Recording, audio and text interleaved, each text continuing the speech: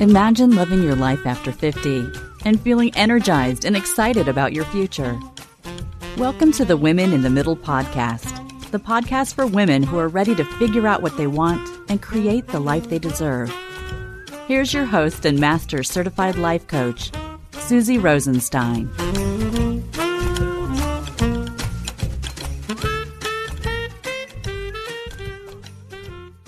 Hey there, today we're talking about something that sounds simple, but is actually one of the most radical things you can do in midlife, wanting something just because. Let's go. Welcome back to the podcast Women in the Middle with over 2 million downloads and counting. I'm your host, Suzy Rosenstein, your master certified coach, midlife life leadership mentor, and certified Zentangle teacher. And I am so glad that you are here for this episode because today we're going to talk about a topic that's very close to my heart and one I wanted to take somewhere that I haven't taken it before. You may remember episode 436 where we talked about giving yourself permission to make yourself happy. We covered 8 kinds of permission slips that you might need in midlife, and we even had a little permission slip ceremony together. If you haven't heard that one, I'll link it in the show notes. It's so good. But today we're going one level deeper because there is something about permission that I didn't quite name in that episode. Something I understand more clearly now, especially in my 60s. And it starts with crystals. But just quick, before we dive in, I have a question for you. Are your priorities feeling a little murky these days? Getting clear about what you actually want makes everything easier, including the fun stuff.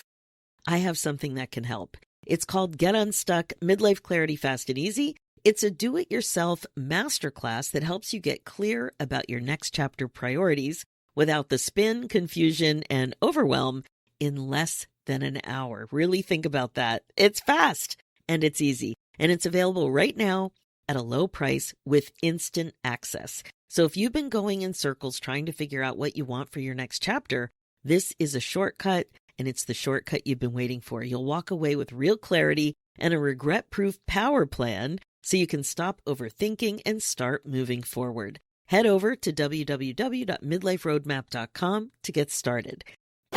All right, now let's talk about wanting things just because.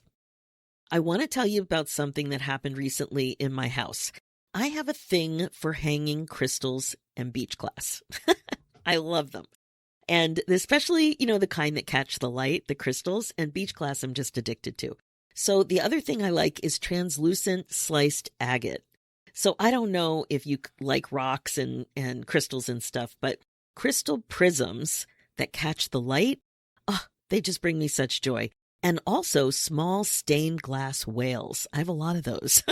The kind of thing that just makes me happy when I look at them. All of this stuff, and for no practical reason whatsoever. So I wanted to hang a special rod. It's like a deep curtain rod.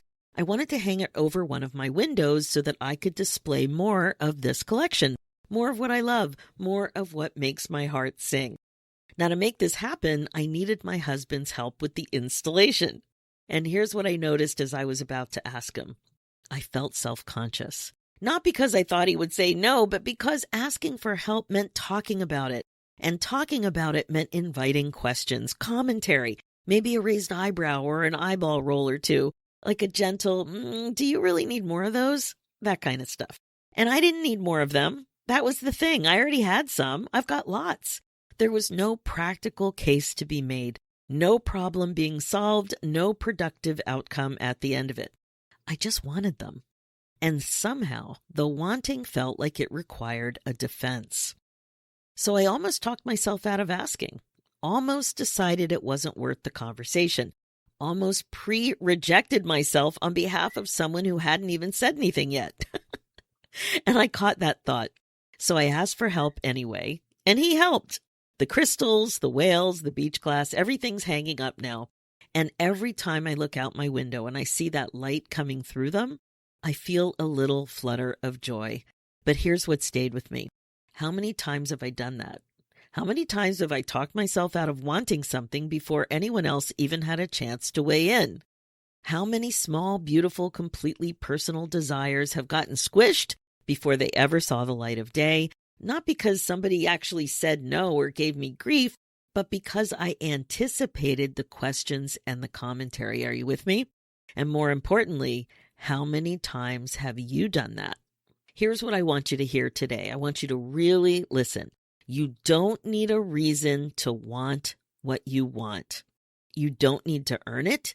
You don't need to justify it. You don't need to make a logical case for it or prove that it solves a problem or serves someone else or represents a good use of your time and money. You're just allowed to want something because you want it, just because it makes you happy, just because it brings you joy, just because it's yours. It's your desire. So notice what we're talking about. We're talking about want. It doesn't always need to relate to something that you need to purchase or something that you need to have, and maybe have now.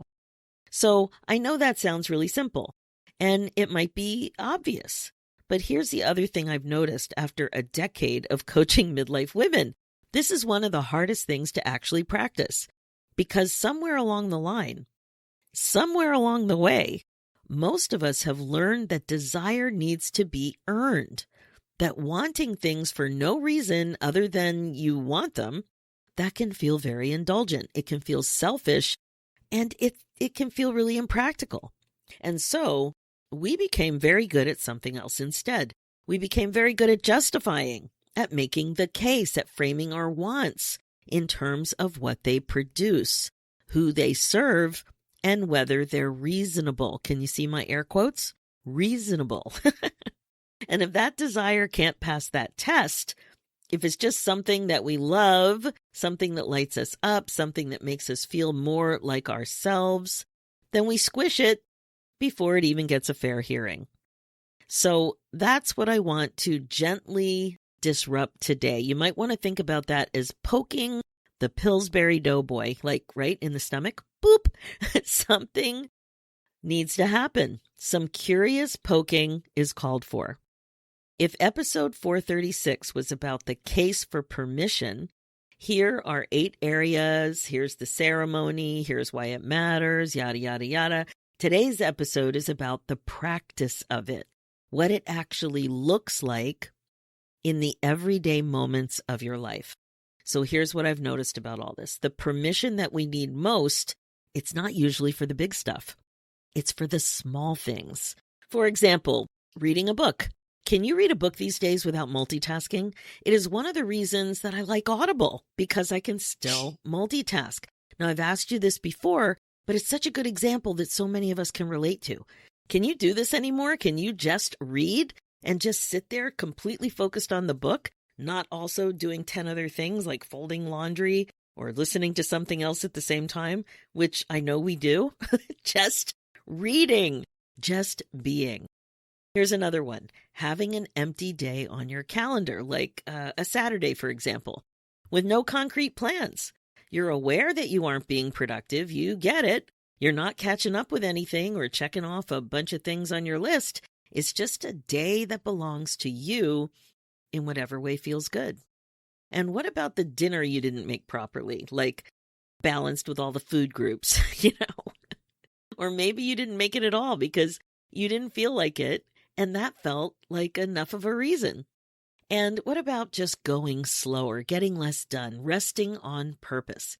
This is different from when you are so tired that you just fall asleep as soon as you sit down to watch TV, or you might fall asleep at your desk. I've done that. Or collapse from exhaustion. But because you chose to rest before you got to that point. Now, none of these seem like a really big deal, right? None of them require a big decision or a life overhaul. But every single one of them is a moment where you either give yourself permission to want what you want, or you talk yourself out of it in the name of being reasonable. There's those air quotes again. Reasonable. What do you think is happening when you talk yourself out of small things like this? Well, we're practicing self-abandonment. Have you heard that term before? Self-abandonment. Here's the definition I got online. It's essentially when you reject, suppress, or ignore part of yourself in real time. In other words, you have a need or a desire that you want to meet, often on the spot, right? And you make the decision not to meet it. So, like these examples show, you might do this stuff repeatedly, but because these things are so small, these wants are so small, they barely register. And over time, all of those tiny moments, they just kind of all add up to a woman who has genuinely lost touch with what she wants. And when this happens, it doesn't mean you've stopped wanting things, but you have stopped doing something, and that's letting yourself notice. And that's the real cost. So I want to make this concrete because the version of this I'm hearing most often from the women I work with right now keeps ringing the same note, and it's about productivity.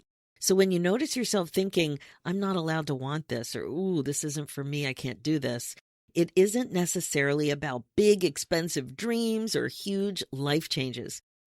It's often about anything that doesn't produce a visible result. And this always reminds me of the hilarious I Love Lucy episode with Lucy and Ethel in the chocolate factory from 1952. It totally holds up. And that was classic machine-based productivity measured by how many wrappers you could get around a piece of chocolate as the conveyor belt goes by. Faster and faster, by the way, and hilarious. But now I'm noticing with the midlife gals in my coach community that productivity is referring to something else. It's things that are not visible in the same way, like rest, reading, going slower, doing less. So I hear things like, oh, I should be doing something. I just can't sit here. Or I feel guilty. I'm just not being productive. Or I read for an hour and then I felt like I wasted the afternoon. And what's underneath all of this is a belief that is often unexamined. Perhaps it's been kicking around for decades too. It's that your worth is tied to your output. That a day only counts if you can point to what you've accomplished. And this one hits really hard. That rest is something you earn, not something you choose. Ooh. So wanting to read a book without multitasking feels indulgent. Wanting a Saturday with no agenda, that can feel irresponsible. Wanting to order dinner or eat a peanut butter sandwich every once in a while, instead of cooking, that can feel lazy. And wanting to go slower, when everything around you is moving so fast, feels like falling behind. So if you ask someone who had these thoughts, they probably wouldn't share that they're not allowed to rest, right? But clearly the behavior tells a different story. So we're really not aware of what we're doing and what we're thinking. So think about yourself and how this plays out for you. What do you see? What do you think? I just think it's so interesting. I'd like to offer a bit of a reframe as you're thinking all of this. So even though it seems like this, these wants are not the opposite of productivity. I think there's something else going on, and I did hint at this in an earlier episode. I think they are the foundation of it. So I really believe they're self-care. It's self-care in the truest sense, not the occasional treat, but the ongoing practice of take caring yourself so that you have something left to give. You are allowed to want rest just because it feels good. You are allowed to want a slow Saturday just because slowing down, that can feel really nourishing. You're allowed to want the crystals just because they make you happy when you look at them. You really don't need more justification. It's just not required. So I want to go back a couple of years and quickly tell you something that happened when I was planning my 60th birthday. I had this idea. I wanted to go to Baja, Mexico, a place I'd been before, and I absolutely loved it. It's near the ocean. It's a gray whale hangout, and I wanted to go back, and I'd been thinking about it for 30 years. At first, I thought I would go alone, and when I was thinking it through, I just booked it by myself. It was like a group trip, and I just booked it. And then something really interesting happened. I mentioned it to my best friend because I was so excited. So just sharing the desire, not even really inviting her, I really didn't think she'd want to come. And she immediately said she wanted to come. I couldn't believe it. And then I mentioned it in a group I was on online as an update. And someone else said that she'd also love to do that. And she sent me a quick DM. And then I did send an email out. And I thought, let me just see if anybody else in my community is interested. and somebody responded, somebody that I'd never met personally. So 3 wonderful women, none of it was planned. All of it was a result of simply saying what I wanted out loud. I couldn't believe it. And I want you to notice something about this story. I didn't organize that trip. I didn't plan it as an event. I didn't send out a formal invitation. I just said what I wanted out loud without a whole bunch of justification. And the right people showed up. Permission to want. It isn't always a personal act. I know it feels like that. Sometimes it's the kind of thing that creates some momentum. It creates something new that you didn't anticipate. So the bottom line is that sometimes saying what you want out loud creates possibilities that you just couldn't have planned for. Now, you may also remember from episode 436 that I mentioned some weird thing that I have. It's a blue, fuzzy, sparkly wand, and it just materialized in my basement years ago. I have no clue where it came from, but boy, has it come in handy. When a client says something like, "Am I even allowed to want that?" I reach up, grab the ridiculous thing, and give a big ding on the Zoom screen. Permission granted. And the client always laughs because, of course, the wand is ridiculous. It's absurd. It looks like it belongs on a preschool princess costume, but something shifts. Anyway, even though it's silly, maybe it's because a fuzzy, sparkly wand can grant permission. And you know what? So can she. She always held the wand. She just forgot. Just like you. We all have a wand, but we just forget about it. Here's what I want to leave you with today. I've been thinking a lot about what I call age and stage awareness. It's the idea that where you are right now in your life requires a different relationship with time and with planning and with desire. It's different than where you were 20 or 30 years ago. You've spent decades being extraordinarily good at solving problems for other people. You diverted your intelligence, your energy, your creativity toward making things work for everyone around you. You are genuinely skilled at this. It's a superpower that you probably wouldn't even put on your resume. And I want to suggest something. What if you turned even a teeny bit, a fraction of that skill towards solving your own resistance to wanting what you want? Because here's what I know from being in these conversations every single week. The women who wait the longest to give themselves permission are also the women who are most likely to arrive at the end of this chapter with regrets. And as we've been talking about, it's not always the big things, but it is often about the small ones. So remember those examples we talked about earlier? It could be about not being comfortable reading a book or giving yourself weekend downtime, or even bringing more sparkly crystals into your life. The most common regret people have isn't about what they didn't accomplish. It's that they didn't allow themselves to be happier. They didn't let that be part of their life. And happiness in midlife isn't only about the big, expensive bucket list items. It lives in the small moments of giving yourself what you actually want, just because. Don't need to make a case for it or earn it first. And you certainly don't need to wait for somebody to hand you a permission slip or to bop you on the head with a blue fuzzy wand. So ask yourself this important question that you've no doubt heard before. If not now, when? If not now, when? What if you could get your head around the idea that as an older and wiser woman, you are at the age and stage where wanting something just because is not only allowed, but it's the whole point. All right, my friend, that's wanting something just because. This week, I want you to notice one moment where you catch yourself justifying a desire, making a case for it before anyone asked, and then ask yourself, what if I just wanted this? What if that was enough? Because it is. If today's episode stirred something and you want to talk through what you actually want without justifying it first, that's exactly what the next chapter direction session is for.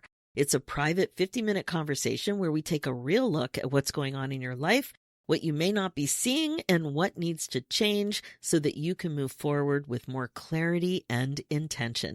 Book yours at www.talktosuzy.com. And if you'd like to do some of this work on your own first, the Get Unstuck Midlife Clarity Fast and Easy Masterclass is waiting for you at www.midliferoadmap.com. In less than an hour, you'll walk away with a real plan. So thanks so much for being here today. It genuinely means a lot that you spend your time with me.